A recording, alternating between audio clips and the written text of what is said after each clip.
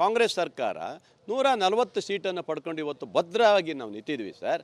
ಇದು ಹೋಗಿ 35-60 seat ತಗೊಂಡಂಥ B J ಪಿಯವ್ರಿಗೆ ಮತ್ತೆ ಹಸರಾಗಿ ಮಾಡ್ಕೊಡೋದಲ್ಲ ಅವರಿಗೆ. ಅವ್ರ ಯೋಗ್ಯತೆಗೆ ಇಲ್ಲಿವರೆಗೆ ಅವರು 110 ಮೇಲೆ ಅವ್ರು ಸೀಟೇ ತಗೊಂಡಿಲ್ಲ.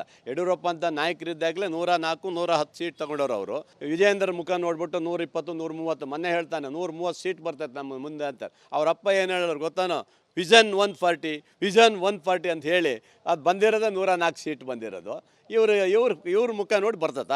ಅವ್ರ ಅಪ್ಪರಿಗೆ ಯಡಿಯೂರಪ್ಪನವರಿಗೆ ಬರ್ನಲ್ದದ್ದು, ಇವ್ರ ಮುಖ ನೋಡಿ 130 ಸೀಟ್ ಬರ್ತದಂತೆ. ಅದೇ ನಾವೇನು ಕತೆ ಕಾಯ್ತಾ ಇರ್ತೀವ? ನಮ್ಮ ಸರ್ಕಾರ ಏನು ಕತೆ ಕಾಯ್ತಾ ಇರ್ತೀವ? ಯಡಿಯೂರಪ್ಪ ಸಿದ್ದರಾಮಯ್ಯರನ್ನು ಸುಮ್ಮನೆ ಇರ್ತಾರ? ನಮ್ಮ ಡಿ ಕೆ ಶಿವಕುಮಾರ್ ಸುಮ್ಮನೆ ಇರ್ತಾರ? ಅವರೆಲ್ಲ ಬಿಟ್ಕೊಟ್ಬಿಡ್ತಾರಾ?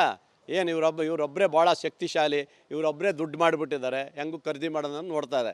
ಅವೆಲ್ಲ ನಡೆಯೋದಲ್ಲ. ಅವೆಲ್ಲ ನಡೆಯೋಕ್ಕೆ ಕಾಲ ಹಿಂದೆ ಹೋಯ್ತು. ಈಗ ಆಯ್ತಾ, ಏನಾದರೂ ನಿಮ್ಮದೇ ಖರೀದಿ, ನಾವು ನಮ್ಮ ಖರೀದಿ ಮಾಡೋಕ್ಕೆ ನಿಮ್ಮ ಶಕ್ತಿ ಇಲ್ಲ. ಹಾಂ.